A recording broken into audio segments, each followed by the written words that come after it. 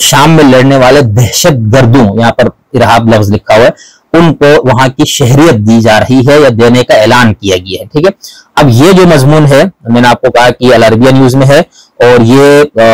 12 April 2024 کا مضمون ہے، 12 اپریل. ٹھیک ہے، اور یہ آج 13 ہے، اس کا مطلب کل کا مضمون ہے. تو اس میں انہوں نے لکھا ہے کہ کشف رئیس مؤسسۃ الشہید الایرانیہ، یعنی جو مؤسسہ شہید ہے، فاؤنڈیشن ہے الشہید، اس کے جو رئیس ہے، جو اس کے سربراہ ہے، اس نے یہ بات بتائی ہے محمد علی شہیدی نے کہ ان المرشد علی خامنائی امر بمنح الجنسیت الایرانیہ للمقاتلین الاجانب الموالین لتہران فی سوریہ، کہ تہران کے بلبوتے پر یہ ان کے لیے شام میں لڑنے والے لوگوں کو شہریت دینے کا حکم دیا ہے. ومن بینہم افغان و پاکستانیون، اور ان میں افغانی اور پاکستانی لوگ ہیں، یعنی افغانستان سے جو لوگ فاطمیون میں گئے، پاکستان سے جو لوگ زینبیون میں گئے، ان کو رہبر نے، خامنئی صاحب نے ایرانی شہریت دینے کا اعلان کیا. اچھا، مختلف ملک کی پالیسی الگ ہے، کچھ ملکوں میں تو شہریت کا دینے کا نہیں ہے، لیکن جن اکثر ممالک میں ہے، پاکستان کا بھی ہے، بچہ وہاں پیدا ہو، شادی ہو، فلانا، یہ ساری چیزیں. تو ایران کا بھی جو شہریت دینے کا جو قانون ہے بہت سخت ہے. ایسا نہیں ہے کہ ہر بندے کو اٹھا کے شہریت دے دی جائے، وہ ہے تو اسلامی اسٹیٹ فلانا سب کچھ نام سے، لیکن وہ ہے ایرانیوں کا ملک. یعنی ایران، چاہے وہاں پر رہنے والے عربی ہوں، چاہے وہ بلوچ زبان کے بلوچی بولنے والے ہوں، یا وہاں پر رہنے والے ترکش ہوں یا فارسی زبان بولنے والے ہوں، یہ ان لوگوں کا ملک ہے. قومی اسٹیٹ میں ہم رہ رہے ہیں، یہ ذہن میں رکھیے گا. تو اس قومی اسٹیٹ کے اندر رہتے ہوئے یہ نہیں کہ آپ نے ہر بندے کو شیعہ جو بھی ان کو کہا کہ آجو بیٹا تمہارے لیے ہجرت کر کے آجو، ہمارا راستہ دروازہ کھلا، ایسا نہیں ہے. تو شہریت کے اپنے قوانین ہے. میرے خیال سے بچے کی پیدائش وہاں ہو، اس نے 18 سال وہاں گزارے ہو، اور اس میں یہاں تک بھی شاید غالباً ہے کہ اس میں اس 18 سال میں اس نے کہیں اور سفر نہ کیا، تو اس کے بعد پھر جا کے شہریت. اور ہمارے اپنے علاقے کے گاؤں کے جو لوگ وہاں رہتے ہیں ان سے بھی بات ہوتی ہے، تو ان میں سے کافی ان کا کہنا ہے کہ نہیں، وہاں پر آپ کی 2-3 نسلیں بھی گزرے تو آپ کے اوپر وہ باہر کا بندہ ہونے کا جو ٹھپا ہے وہ آپ سے نہیں ہٹتا. یعنی آپ کو شہریت ملنے کے بعد بھی آپ کو غیر ہی سمجھا جاتا ہے. یہ قومی ریاست کے اس کے اندر، یعنی اس کے مسائل میں سے ایک مسئلہ ہے. اس کو باقی ممالک میں بھی ایسا ہی ہوتا ہوگا. تو خیر، تو انہوں نے یہ بتایا کہ بھائی جو افغانستان اور پاکستان سے اس میں شریک ہونے والے لوگ ہیں، اور ایران جو ہے تطلق علیہم ایران مدافعی الحرم، اور ایران ان کو لقب دیتا ہے، نام دیتا ہے کہ حرم کے دفاع کرنے والے. حیث یقاتلون الی جانب قوات بشار الاسد ضد معارضیہ، حالانکہ یہ لوگ وہاں پر بشار الاسد کی جو مخالفین ہیں ان سے لوگ جنگ کرتے ہیں. اور یہ کب سے ہو رہا ہے؟ 2012 سے ہو رہا ہے. پھر مجلس العمل قومی ایرانی، اس نے بھی موافقت کی رہبر کے اس کا قبل اسبوع، ایک ہفتہ پہلے، کہ علی منح الجنسیت الایرانیت لمدافعی الحرم، مدافعی حرم انورٹڈ کوماز میں اس کو لکھا ہے کہ جو حرم کے دفاع کرنے کے نام پہ جن لوگوں کو انہوں نے تیار کیا ان کو باقاعدہ شہریت دینے کا بتا دیا ہے، جو سوریہ میں جا کے لڑ رہے تھے، فاطمیون الافغانیہ، زینبیون الپاکستانیہ. تو بہرحال ان کا یہ کہنا ہے کہ یہ وہ ہے ایران کے پراکسی لڑائی لڑنے والے ہیں جو انہوں نے باقاعدہ ایک ان کے لیے یہ مراعات ہے. یعنی ایک تو رضوان صاحب اور باقی جو یہ بات کر رہے تھے، تو ٹھیک ہے تنخواہ ملتی ہوگی، ہمارے پاس نہ کوئی اس کا ثبوت نہیں ہے، نہ اسے لازماً تنخواہ ملتی ہوگی، ملنی بھی چاہیے. بھائی آپ 2 ریاستوں کے اس پہ جا رہے، ٹھیک ہے. پھر آپ اگر ہم ان کی شدید حامیوں کو موقع بھی دیکھیں گے تو اس نقطۂ نظر سے بھی آپ جا رہے ہیں، تو پھر بھی 2 ریاستیں ہیں آپ کے پشت پہ، ٹھیک ہے. بلکہ عراق کو بھی اگر ملا لیا جائے، حالانکہ عراق آفیشلی اس کا انکار کرتا ہے کہ بھئی ہم لوگ تو نہیں جانے دیتے، ہماری طرف سے پابندی ہوتی ہے. جیسے آپ کے یہاں پہلے کشمیر کے معاملے میں تھا نا کہ عالمی دنیا کو یہ تو مجاہدین ہے، ہمارے کنٹرول نہیں ہے، ہم کیا کریں. لیکن حقیقت میں آپ کی ریاست ملی ہوتی تھی اس وقت. تو یہی عراق کا بھی یہی مسئلہ ان کی پالیسی ہے. تو ہم 3 ریاستیں بھی اس میں کر سکتے ہیں. تو ان تینوں کے تنخواہ دار لوگ جو ہے وہ وہاں پر گئے. اچھا، میرے خیال سے پہلے سعودی عرب کے بھی تنخواہ خور پوری وہ فورس وغیرہ اس میں بھی شاید کافی لوگ بھرتی ہوئے پوری دنیا سے، وہ مجھے اس کے بارے میں مکمل وہ نہیں ہے. تو یہاں پر میں نے آپ کو یہ بتا دیا کہ اس میں بھی باقاعدہ ان کا کہنا ہے کہ ایرانی حکومت نے خامنئی صاحب کے کہنے پر باقاعدہ ان کو شہریت بھی دینے کا اعلان کیا ہے، جن کو حرم کے مدافعین کہا جاتا ہے. ایک اور حوالہ بھی، یعنی اس تنظیم کے حوالے سے ہمارے پاکستان میں جو اہل تشیع کے اندر، جیسے میں نے اس دن ایک ہمارے دوست کا انٹرویو بھی کیا تھا، جن کا کہنا یہ ہے کہ ہم مرکز ولایت علی والے ہیں. تو ان کے ویب پیج پر غالباً یہ انہوں نے آج ایک بیان لگایا تھا، تو وہ پڑھ کے سناتا ہوں. یعنی یہ بھی اس زینبیون اور اس کانسیپٹ کی شدید مخالف ہے. اس بنیاد پہ نہیں کہ حرم کہ مقامات مقدسہ کے دفاع وغیرہ کی بنیاد نہیں، کیونکہ اہل تشیع یہاں پہ یہ نہیں ہو سکتا، وہ اس بنیاد پہ کہ وہ کہتے ہیں کہ یہ سارا کچھ سیاسی کھیل ہے۔ اس میں یہ لکھا ہے مرکز یا علی مدد، مرکز ولایت علی پاکستان سندھ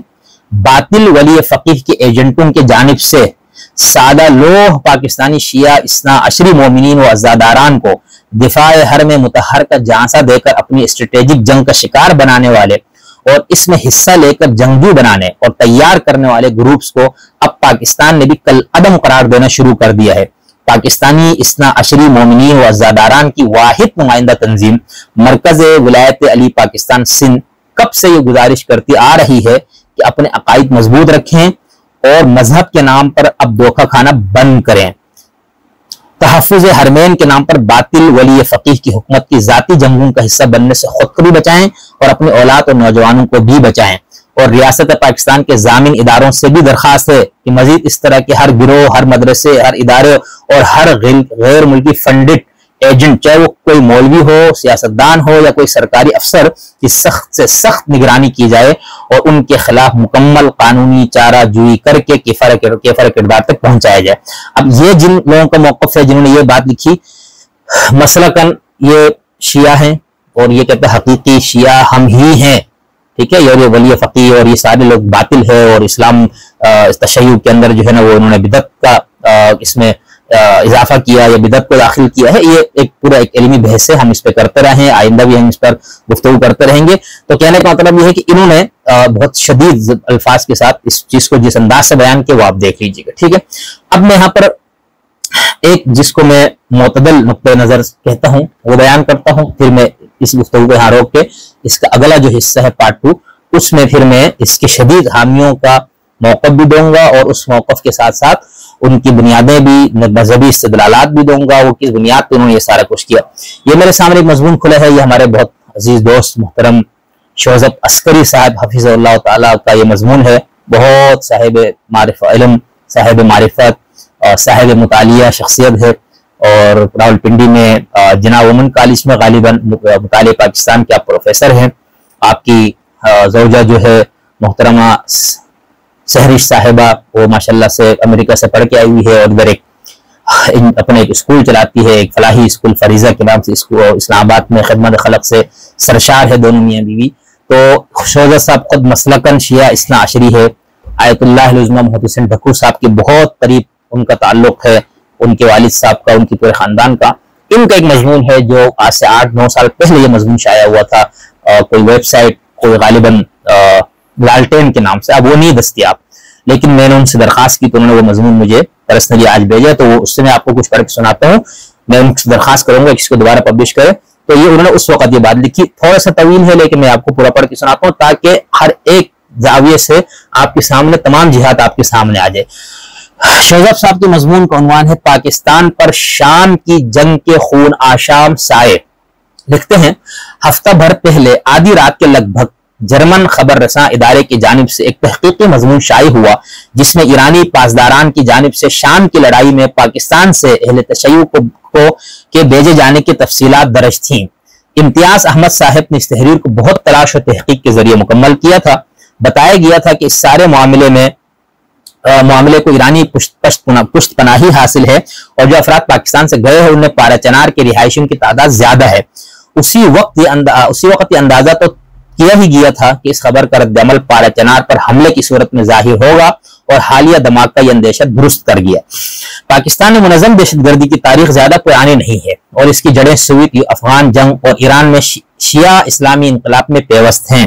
فروری 1979 کا شیعہ اسلامی انقلاب خطے میں موجود دیگر بااثر سنی ریاستوں کے شدید خطرہ تبھی ثابت ہو گیا جب ایرانی حکومت نے نظر ولایت فقیہ کی پیروی کو تمام شیعہ مسلمانوں کے لیے لازم قرار دے دیا۔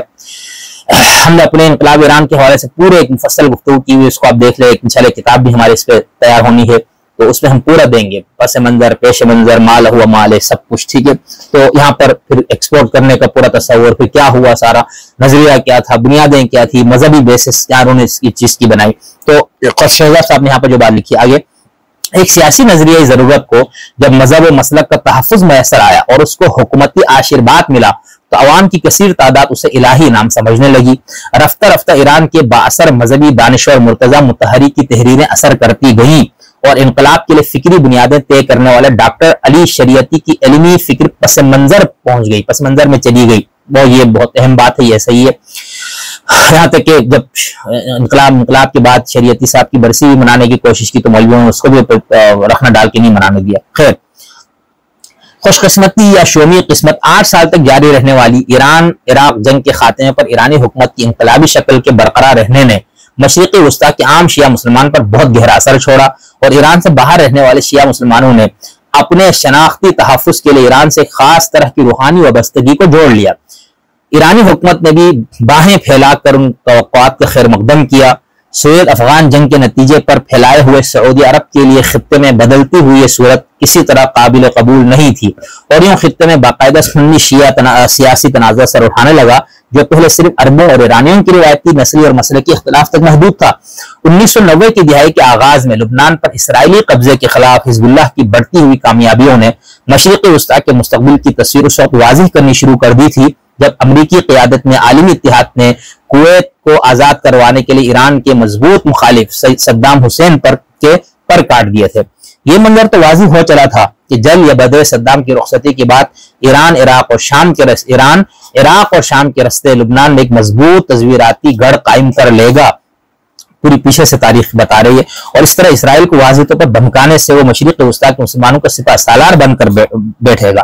ایران کی مذہبی حکومت کے لیے سارا راستہ سیدھا تھا اور اس سیدھے راستے میں رکاوٹیں ڈالنا ان تمام ممالک کے لیے لازم تھا جنہیں خطے میں بڑھتے ہوئے ایرانی اثر و رسوخ سے براہ راست خطرات لاحق ہے۔ عراق پر امریکی قبضے کے بعد فلوجہ کی پہلی بغاوت، انصار سنہ کا قیام، عراق میں منظم فرقہ واریت کے 5 سال، عراق میں امریکہ کیمپ بوکا، شام کی عوامی بغاوت میں القاعدہ کی شمولیت اور اب داعش۔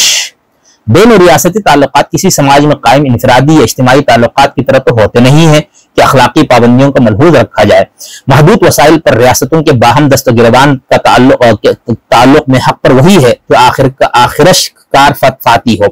اس طرح مشرق وسطی کے مائی باپ بننے کی لڑائی نے پچھلے 30 سالوں میں پاکستان کے علاوہ بھی جس بھی میدان کو رنگین کیا ہے اس کے دھبے پاکستان تک پہنچے ہیں۔ حالیہ قصہ شام کا ہے۔ 90 کی دہائی کے اواخر جب موجودہ چہرے ہی حکمران تھے، پاکستان نے فرقہ واریت عروج پر تھی، ایک مخصوص فرقے کے نمایاں افراد آئے روز قتل ہو رہے تھے، یعنی شیعوں کو قتل کیا جا رہا تھا، اور یہ واضح تھا اس ٹارگٹ کلنگ کا رد عمل ہوگا اور اسی انداز میں ہوگا، اور وہ ہوا۔ ہمارے دونوں برادر اسلامی ممالک نے، یعنی اشارہ ان کا سعودی عرب اور ایران کی طرف ہے، ہمارے دونوں برادر اسلامی ممالک نے اپنے مفادات کے لیے ہمارے ملک کو میدان جنگ کیا اور تاحال یہ سلسلہ جاری ہے۔ 12 چنار میں 90 کی دہائی میں ہی جب فرقہ واریت عروج پر تھی تو ایرانی اور سعودی مہربانیوں کی بنا پر ہدف بنا کر قتل کرنے کی وارداتیں جنگ کی صورت تک پہنچ چکی تھیں، اور بظاہر امن کے زمانے میں بھی مسجد و منبر انہی علماء کے تسلط میں رہا جو مذہبی عبادت گاہوں سے سیاسی مقاصد پورے کرنے کے خواہاں کے لیے وہاں موجود تھے۔ ہمارے مغرب میں موجود برادر ہمسایہ اسلامی جمہوریہ سے، یعنی ایران سے فارغ التحصیل علماء کرام نے اسی زمانے میں اسلامی جمہوریہ کے سیاسی مقاصد کو مقاصد امام کا نام دیتے ہوئے اپنے ہم مسلک نوجوانوں کو ہتھیاروں کا رستہ دکھایا، اور جس کا جہاں داؤ چلا کی کہانی شروع ہوئی۔ اب جو مظلومیت کے پیرو تھے وہ بھی ظالم بننے لگے، اور جو ظالم کہلاتے تھے وہ مظلوم ہو گئے۔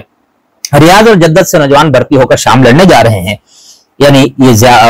سوزر صاحب نے جب لکھا تو اس میں کہہ رہے کہ ریاض سے بھی نوجوان وہاں پر لڑنے جا رہے ہیں۔ یورپ، امریکہ اور آسٹریلیا سے بھی شام میں جہاد کا شوق بلانے والوں کو بلایا جاتا ہے، یعنی اب یہ جو داعش والے ہیں اس کا سعودی عرب سے کوئی لینا نہیں، کیونکہ داعش خود سعودی عرب کو جڑ سے ختم کرنا چاہتا ہے۔ باقی جو اسد سے لڑنے یا اس حکومت کو غیر مستحکم کرنے کے لیے پھر وہ یمن کا پورا حوثی اور ان کا، تو اس میں ظاہر تھا وہ کیونکہ دو ملکوں نے اپنے وہاں پر پراکسی وار کو دیا ہوا تھا، تو اس میں پھر یہاں سے بھی لوگ گئے ہوں گے، ضرور گئے ہوں گے، اس میں کوئی وہ نہیں ہے۔ شوگر صاحب آگے لکھتے ہیں وسط ایشیائی بھی پیچھے نہیں، لبنانی اور عراقی بھی وہاں ہیں۔ ایران ایک گروہ کا سرخیل ہے تو سعودی عرب دوسرے کا، پڑھتے دونوں کلمہ ہے۔ ذرا گہری نظر سے جانکو تو علم ہوتا ہے کہ اگر ایک گھر 2 لاکھ روپے پاکستانی تنخواہ دیتا ہے تو دوسرا 1,20,000، یعنی یہ مقابلہ، یعنی ایک گھر 2 لاکھ روپے پاکستانی اور دوسرا جو 1,20,000، اور یہ تو ہم جانتے ہی ہے کہ بھوکے کا دین روٹی ہے۔ خیر، یہ آپ اس سے اختلاف کر سکتے ہیں، اور ہم بھی پہلے کہہ چکے ہیں کہ بنیاد انہوں نے مذہب کو بنایا، لیکن جو یعنی خاص طور پر زینبیون، فاطمیون وغیرہ، اور داعش کا بھی مذہب ہی کا تھا کہ بھئی ہم اسلام کا سسٹم، نظام، عالمی خلافت کو ہم قائم کرنا چاہتے ہیں۔ تو خیر، کہنے والے کہتے ہیں کہ پاکستان سے جہاد کے شوقین شیعہ مسلمانوں کا بڑھتی دفتر ایران کے شہر قم میں کھلا ہوا ہے۔ 18 سال سے 35 سال تک کے سالم مردوں کی ضرورت ہے۔ آنکھوں اور دیگر اعضاء کی صحت مندی کا جائزہ لیا جائے گا۔ 1,20,000 روپیہ بطور ہدیہ ہر ماہ ملیں گے۔ اگر شہادت نصیب ہوئی تو شہید کی بیوہ اور بچوں کو وظیفہ اور دیگر اخراجات دیے جائیں گے۔ زیارات مقامات مقدسہ کروائی جائے گی اور دیگر انعام آخرت ہے۔ یہ رضی صاحب نے رضی نامہ میں بھی جو بات کی اس میں بھی یہ چیزیں موجود تھی، پیسے کا انہوں نے ڈالر میں بتایا تھا، اور اس کے علاوہ ان کے والدین اور ان کے لیے زیارات مقامات مقدسہ اور پھر باقی نام تو آخرت میں ہے۔ بلانے کا نعرہ صدائے استغاثہ ہے جو امام عالی مقام کی بہن کا ہے۔ یہاں کے لوگ ان کے بھائی علمدار کی نسبت سے ان کے مزار کی حفاظت کو جا رہے ہیں۔ 1,000 پہنچے ہوئے ہیں، کچھ مارے گئے، کچھ لڑ رہے ہیں۔ اگر نیشنل ایکشن پلان والے یہ پڑھ رہے ہیں تو عرض ہے کہ فیس بک پر لواء زینبیون کا پیج ہے جہاں سے یہ بڑھتی جاری ہے۔ میں کس کو ملنا ہے، اس کا رابطہ نمبر اس پیج پر درج ہے۔ 4 دن پہلے کے اعلان پر کوئی 20 کے لگ بھگ افراد نے جانے کی حامی بھری ہے۔ جانے والے ایک نوجوان کا فیس بک دیکھا تو ایک سیلفی اپلوڈ تھی اس تبصرے کے ہمراہ، جہاد مقدس پر جانے سے پہلے ممکن ہے یہ میری آخری سیلفی ہو۔ قانون نافذ کرنے والے اگر ابھی ہی یہ سلسلہ روک لیں تو بلائی ہے، ورنہ جو شام کے ان مزارات کی حفاظت کے لیے مرنے جا رہے ہیں، جن کے اصل ہونے کی صحت خود مسلک شیعہ مسلک میں مشکوک ہے، وہ اگر جنت البقیع کے مزارات کو سنبھالنے پہنچ گیا تو کیا ہوگا؟ یعنی لڑائی ادھر تک پہنچے گی۔ نہ وہاں موجود مزارات کی صحت پہ کسی کو کوئی شک ہے اور نہ ہی برادر اسلامی ممالک کی ترجیحات پوشیدہ ہیں۔ تو یہ محترم شوذب عسکری صاحب حفظ اللہ کا مضمون تھا، جو میں نے آپ سے کہا کہ مسلکن آپ ان کو دیکھیں تو وہ اہل تشیع سے ان کا تعلق ہے، لیکن جو مضمون انہوں نے لکھا اس کے اندر ان کا جھکاؤ آپ کو نہیں نظر آتا۔ رہی بات کہ اس میں بھی تو انہوں نے نہیں کہا، اس میں تو انہوں نے ریاض اور اس کے 2 ملکوں کا، لیکن یہ بات سب ہمارے علم میں، ذاتی علم میں بھی ہے کہ جب داعش کا بہت زیادہ یہاں پر غلغلہ تھا اور ان کا بڑا شور برپا تھا، اور عراق میں انہوں نے موصل میں اور 2-3 جگہوں پر جب انہوں نے خلافت کا قیام کر دیا، اور شام میں بھی ان کی کامیابی کہ وہ فتح کے جھنڈے گاڑ رہے تھے، تو اس وقت ہمیں خود اچھی طرح یاد ہے کہ ہمارے ہاں بہت سارے جو سیلفی مقصد سے تعلق رکھنے والے بڑے جوش میں، اور بہت سارے لوگ گئے بھی ہیں، ٹھیک ہے۔ تو اس میں کوئی دوسری رائے نہیں۔ تو یہ میں نے آپ کو اس کے یعنی شدید مخالفین اور ایک معتدل نقطۂ نظر والے، بلکہ 2، ایک ضیاء صاحب اور یہ شوذب صاحب، ان کا میں نے آپ کو بتایا ہے۔ اب میں گفتگو کے اگلے حصے میں جو اس کے شدید حامی ہے ان کا موقف آپ کے سامنے رکھوں گا۔ ہمارے ساتھ رہیے، وہ بہت اہم چیزیں اس میں ہے، کچھ ایسے اقتباسات، کچھ ایسے دلائل ہیں، کچھ مقامات مقدسہ کی حفاظت کے لڑنے جانے کی مذہبی استدلال پہ ہم بہت تفصیل سے گفتگو کریں گے۔ تو ہمارے ساتھ رہیے، بہت شکریہ جی۔